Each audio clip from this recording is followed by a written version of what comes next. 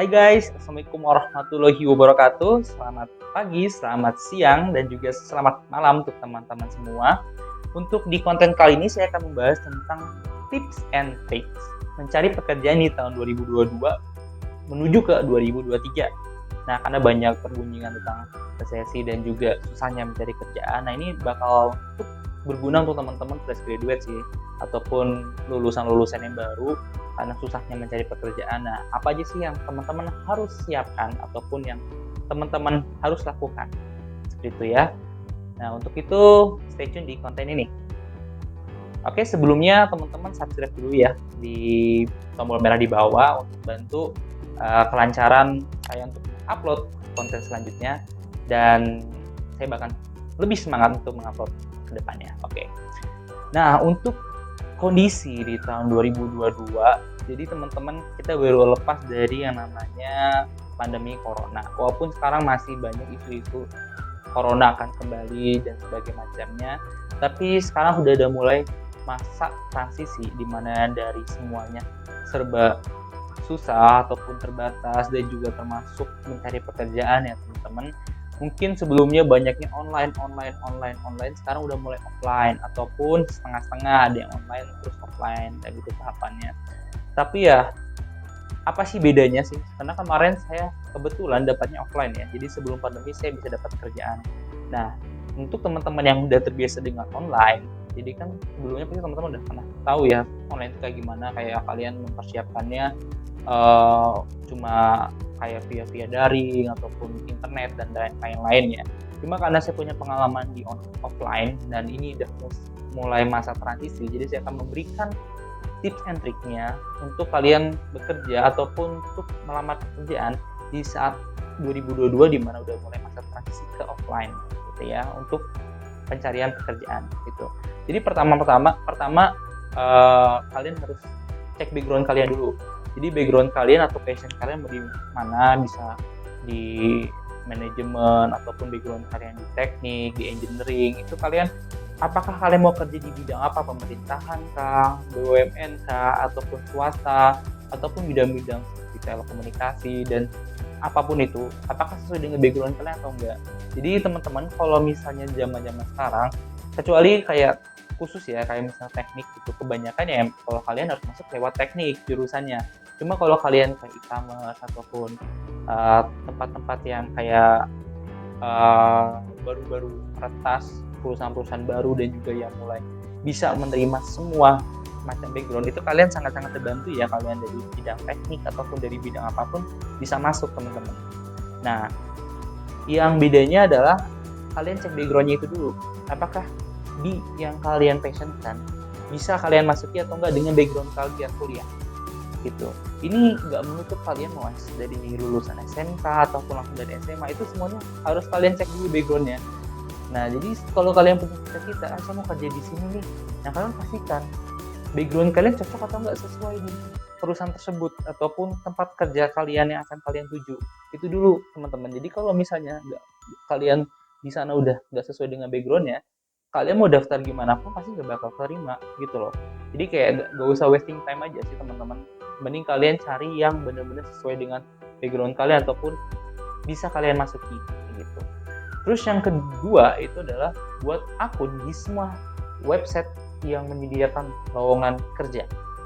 Ada Glints, Jobstreet, termasuk ada LinkedIn, Loker ID, itu semuanya banyak kalian bisa cek di Google ataupun dimanapun, di Instagram ada, di TikTok pun sekarang udah mulai ada untuk lowongan pekerjaan. Nah, jadi kalian harus bisa login di semuanya. Jadi kalian tahu update apa aja sih kerjaan yang baru, terus apa aja sih yang cocok dengan kalian, itu kalian bisa lihat. Kalian tuh bisa belajar. Jadi kalau kalian bisa pengen jadi data analis, kalau misalnya kalian dari bukan dari jurusan data analis, kalian bisa, tapi kalian belajar lagi gitu. Jadi lihat backgroundnya tadi, lalu kalian buat akunnya. Buat akun itu kalian isi hampir semua akun Loker, terus kalian lihat update-nya selanjutnya. Nah, nanti begitu sudah mulai ada yang tertarik perusahaan, jadi sebelumnya kalian daftar dulu di semuanya. Ya emang mungkin ada background yang nggak sesuai dengan kalian, kalau kalian mau coba oke. Cuma emang saya bilang tadi jangan wasting time lah ya, biar disesuaikan dengan apa yang mereka perusahaan butuhkan dengan apa yang kalian punya gitu ya. Lalu kalian harus persiapkan berkas dan juga materi yang dibutuhkan untuk daftar pekerjaan. Jadi apa sih maksudnya berkas dan juga materi? Pertama, kalau misalnya di perusahaan itu butuh menggunakan ijazah, ya kalian siapkan ijazah tersebut. Terus kalau kalian di perusahaan itu butuh kayak ada pengalaman apa organisasi atau apa, kalian harus siapkan itu semua berkas-berkasnya seperti TOEFL dan juga ada mungkin sertifikat lain, sertifikat memasak atau apa, itu sangat-sangat dibutuhkan. Jadi teman-teman, belakangan ini banyak kuliah-kuliah online untuk mendapatkan sertifikat atau sertifikasi secara online. Ini sangat-sangat terbantu ya. Kemarin saya dapat terakhir kali sertifikat POP, penguasa operasional pertama, itu juga online. Jadi yang harusnya saya 3 hari secara offline belajar dan lain-lain termasuk ujian, ini dipermudah. Jadi kayak dengan cara online saya masih bisa sambil kerja di site. Nah, itu sambil saya latihan ataupun sertifikasi. Jadi di zaman pandemi juga itu mendapatkan suatu benefit bagi teman-teman yang ingin mendapatkan keahlian-keahlian tambahan secara online. Itu sangat-sangat terbantu dan juga harganya pun nggak terjangkau lah dibandingin kalian harus secara offline kuliahnya ataupun sertifikasinya kayak gitu. Lalu apalagi sih berkas ataupun yang materi yang kalian butuhkan? Yang pertama adalah kalian harus searching dulu backgroundnya perusahaannya seperti apa, terus perusahaan itu membutuhkan karyawan seperti apa, dan juga sesuai atau tidak dengan passion kalian dan juga gaji kalian. Misalnya kalian pengen gajinya berapa, itu ya itu sesuaikan. Karena kalau kalian nggak sesuai, kalian udah daftar terus lolos terus nggak sesuai, percuma teman-teman, nanti kalian malah dapat blacklist dari perusahaan tersebut karena kalian tidak mengambil gitu teman-teman. Nah terus selanjutnya adalah yang paling penting, jaga kondisi tubuh ya, karena masih musim pandemi ya. Jadi teman-teman harus jaga kondisi tubuhnya teman-teman, dimana nanti kalau kalian dapat perusahaan-perusahaan yang ada tes MCU-nya, ini kalian harus bisa menjaga kualitas tubuh, dimana kayak stamina, kondisi jantung dan sebagainya macamnya gitu. Dan juga nanti MCO adalah salah satu tahapan akhir yang bisa menentukan ibaratnya hidup dan mati lah kalau misalnya dalam pekerjaan ya. Jadi ini adalah tahap final exam, dimana kalau kalian nggak sesuai dengan kondisi medikal yang dibutuhkan perusahaan ya kalian bukan gugur. Jadi usaha kalian menunggu selama berbulan-bulan itu gagal lah karena MCO itu. Jadi kondisi tubuh tetap dijaga ya teman-teman. Dan yang terakhir berdoa ya, berdoa. Nanti kalau misalnya kalian kerja ataupun kalian belum kerja itu kan ya kalian cari pekerjaan kemanapun, nah, dan juga disertai dengan doa. Kalian harus banyak-banyak berdoa, terus berdoa. Dan emang kadang-kadang apa yang kita rencanakan atau manusia rencanakan tidak sesuai dengan apa yang Tuhan ataupun Allah rencanakan.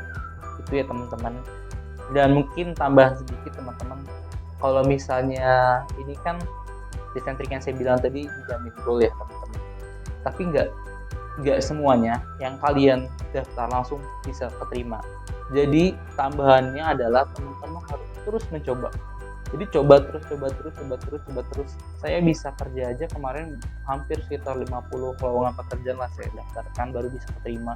Jadi emang sebegitu susahnya, dan sepinter-pinternya kalian itu nggak bakal kalian langsung kerja gitu ya teman-teman, dan seahli-ahlinya kalian nggak begitu langsung kalian diterima pekerjaan.